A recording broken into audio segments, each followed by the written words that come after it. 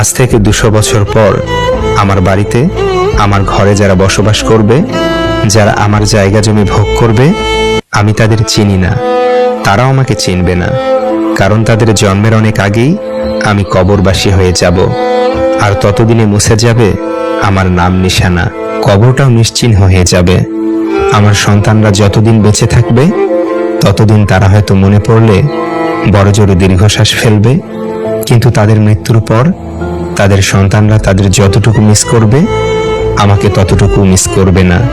হয়তো বাবার কবর জিয়ারত করে দোয়া করার সময় দাদার জন্য একটু করবে, কিন্তু তার পরের প্রজন্ম আর মনে রাখবে না।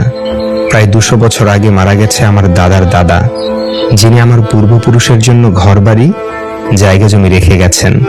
একই বাড়ি, একই জায়গা জমি আমরা এখন ভোগ করছি, কিন্তু ওনার কবরটা কোথায় সেটা আমরা জানি না। হয়তো আমার দাদার পিতা জানতেন, কিন্তু দাদার পিতা তো বেঁচে নেই, দাদাও বেঁচে নেই। তবে 7-5 করে বা বৈধ অবৈধের তোয়াক্কা না করে যে সম্পদের পাহাড় গড়েছেন সেটা কবরে নিয়ে যেতে পারবেন না। আর যাদের জন্য রেখে যাচ্ছেন তারাও আপনাকে মনে রাখবে না, এটা নিশ্চিত।